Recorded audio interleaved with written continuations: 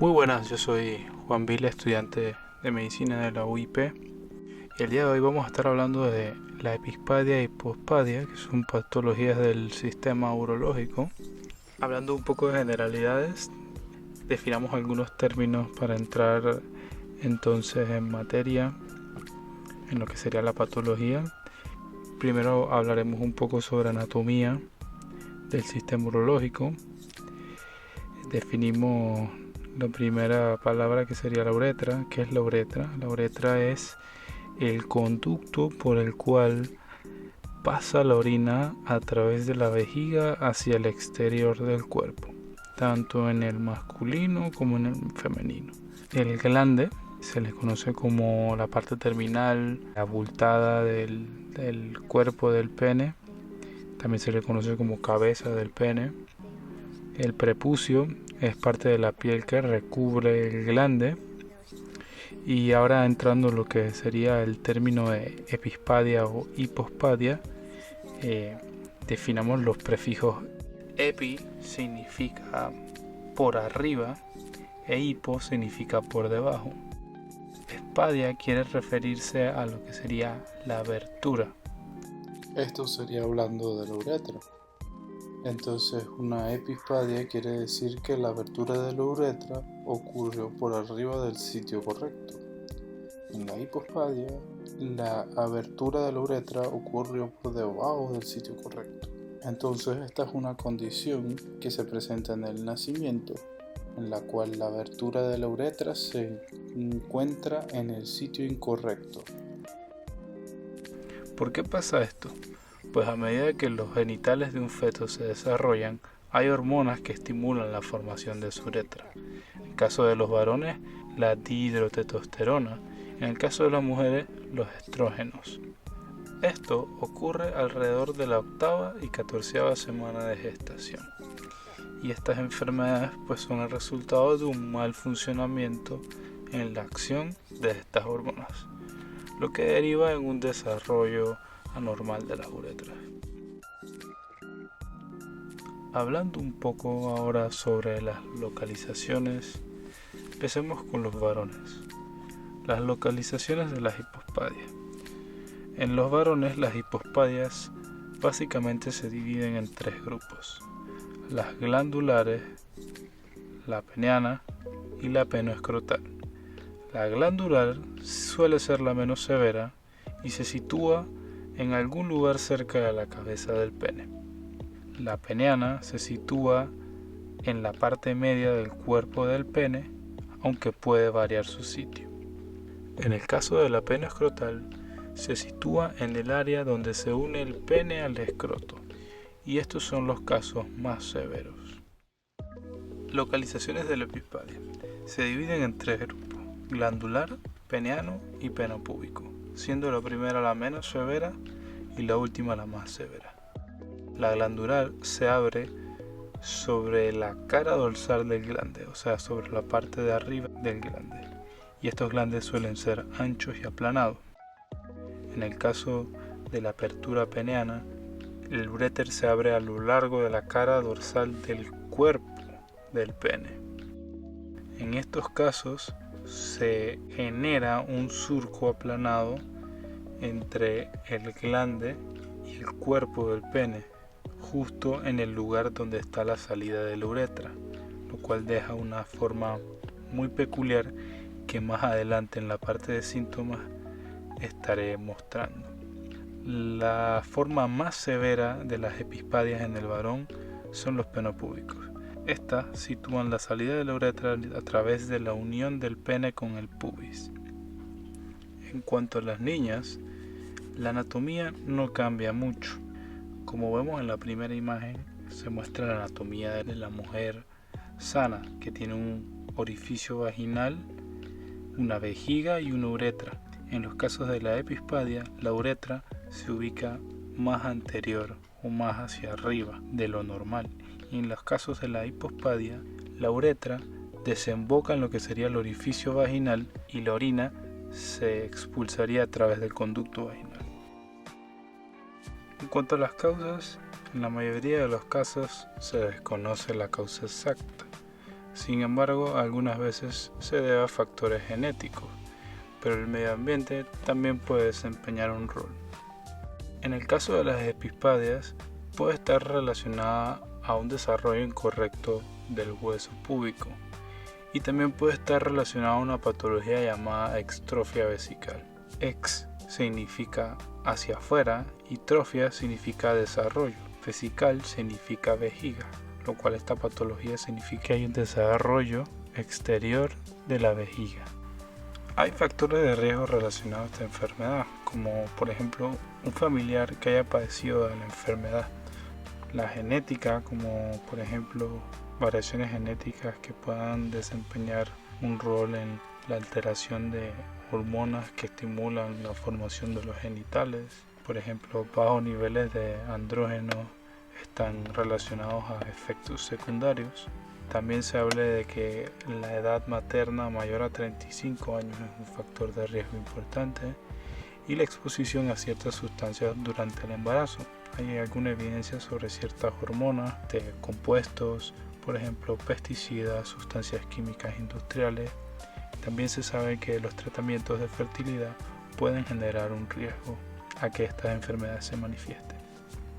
Como complicaciones se tiene que puede haber pene encorvado, problemas para aprender a usar el inodoro, se tiene problemas para orinar debido a la forma anormal en la que sale la orina y usualmente deben sentarse para orinar. Estas patologías los hace también más propensos a padecer infecciones urinarias, lo cual también aumenta la probabilidad de sufrir problemas renales. Esta patología también está relacionada a problemas con la erección o para tener relaciones sexuales. Esto puede generar alteraciones en la eyaculación y también problemas psicosociales. Dentro de los síntomas encontramos que la incontinencia urinaria es el principal síntoma clínico en ambos sexos.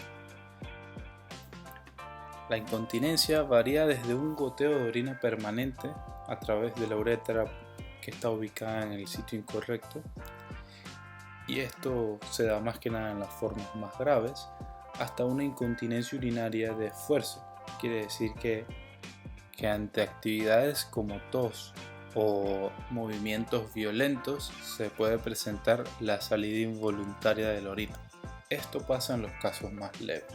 La incontinencia urinaria puede no manifestarse en aquellos pacientes que tienen las formas de epispadia e hipospadia más acercadas al glande o a donde la uretra debe ir originalmente. Los hombres también pueden presentar un pene corto y ensanchado con una curvatura anormal.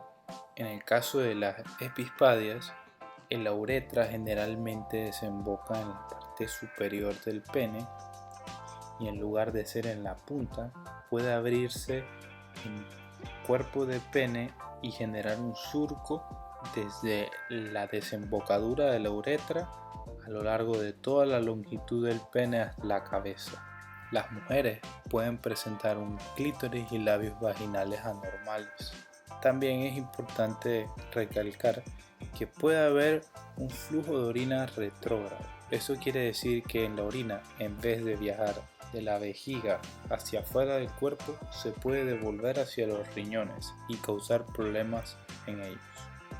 También se puede presentar que el hueso púbico esté más ensanchado de lo normal por las patologías a las cuales están relacionadas estas enfermedades. Otro síntoma importante son las infecciones del tracto urinario. Son más frecuentes en estos pacientes. Para diagnosticar estas enfermedades, usualmente el examen físico del paciente después del nacimiento es suficiente. Sin embargo, en la epispadia se deben utilizar más estudios, dado que está relacionado a más patologías. Como métodos de imágenes se pueden utilizar la citografía miccional, la cistografía, la urodinamia, y estas son útiles para determinar hasta qué punto ha llegado las malformaciones de este paciente. Hay otros estudios que se pueden enviar, como por ejemplo medir los electrolitos, otros estudios de imágenes como resonancia magnética, radiografías de pelvis, o ecografías del aparato genitourinario, pero son estudios más reservados para casos especiales. Y como tratamiento, la terapia medicamentosa se puede mandar hormonas para quienes sea necesario, pero son casos realmente especiales y son pacientes que tienen niveles bajos de andrógenos y están asociados a micropenes, por ejemplo, u otras sintomatologías. En cuanto al tratamiento quirúrgico, este está enfocado en una adecuada reconstrucción genital funcional y estética. De ser necesario, también se debe lograr la continencia urinaria. Se reconstruye la uretra durante los primeros 2 años de vida aproximadamente. Es importante que a los recién nacidos no se les practique la circuncisión, ya que el tejido del prepucio puede ser útil en la reconstrucción de estas malformaciones. Para la corrección de las hipospadias, si son muy leves, hay algunos casos que no requieren cirugía. Sin embargo, el tratamiento generalmente incluye cirugía para reubicar el orificio de la uretra.